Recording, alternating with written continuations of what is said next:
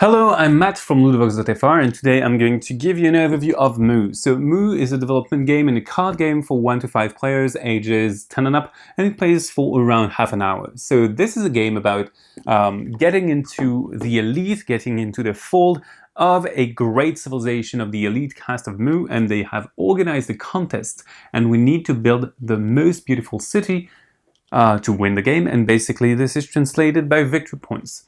We gain victory points by making a beautiful city, so we need to adjust the needs of the city, we need to feed them, to have good faith, also to fight because there are going to be conflicts, and to make up projects. These projects are going to award us with victory points and special abilities that distinguish us from the other players. A game of Moo is played in 4 rounds. You're going to have a project round in which you select projects, and 3 building rounds in which you are going to build 3 buildings and resolve conflicts. After the 3rd building round, you're going to have the endgame and scoring. We are going to be selecting project in the project phase, and we are going to get 3 projects out of it. We start with 2 projects, which are basic, and we are going to deal 4 projects from the project deck to the players. The players are going to play simultaneously, so I'm going to perform actions, but that goes as well for the other players. So we have a hand of projects. We need to select the right projects because we want to create synergies and strategies. So for example, I'm going to take this one because it interests me, and another one. So I'm going to select 2 of them, then place the other 2 between me and my next neighbor. And I'm going to reveal one at the same time as the other people. So we are going to reveal a project at the same time, get back what our neighbor gave me, and then I'm going to select again, and I will end up eventually with three new projects. The leftover project will be discarded. So typically we would end up with that kind of board. So we would have like 5 projects each. And basically you need to create synergies between your projects if you want to score a lot of points. So then once you have performed the project phase, you're going to do the same with the building phases. We're going to have 3 building rounds, and for every building round you're going to build 3 buildings onto your player board. So you're going to draft the same, so keep 2, build 1, and then continue on drafting.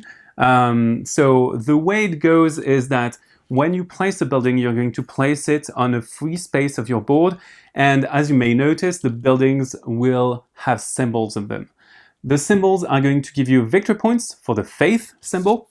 They are going to give you strength to battle, to resolve the fights, and they are also going to give you farming symbols, which allow you to feed your city and not lose victory points, and win victory points, earn victory points if you have extra. You can also, through trade, so this is a very special kind of building, through trade you can gain these tokens, these source tokens. So you have 3 colors of source tokens, which are basically of the same color as the symbols because they have the same ability. And these symbols can be found on the halves of sources on the edges of the cards. So when I place a card, I'm going to look if I have completed a source. So to complete a source, you need to have 2 halves of the same color to make up a complete source.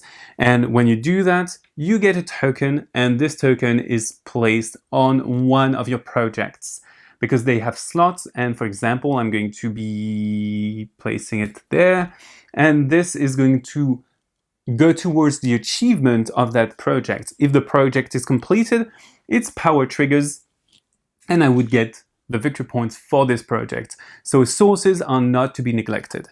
At the end of the first big building round, my buildings could look like this, for example.